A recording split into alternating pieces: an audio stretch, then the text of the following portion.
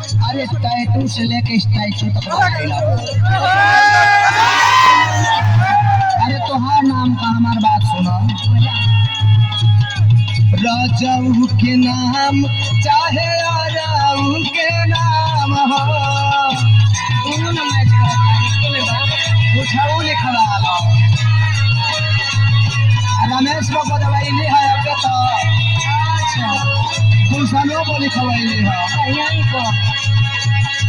बाला सुधर लागी ढेरा ले तनाई के दाम हो।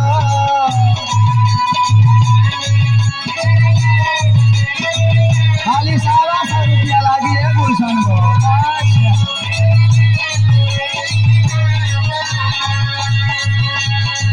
राजा के नाम चाहे राहु के नाम हो, बाला निमन लागी ढेरा ले तनाई के दाम हो। निकला हो जल्दी जल्दी माला देने। बोला ना बोला।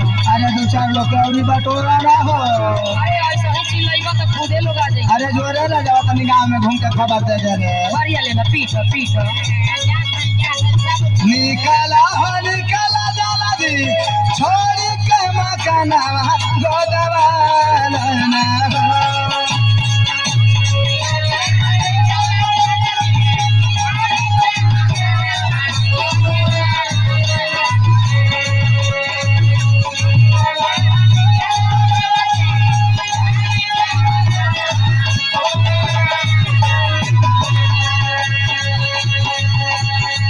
निकाला हो निकाला जल्दी छोड़ के मकाना गोदवाला ना हो।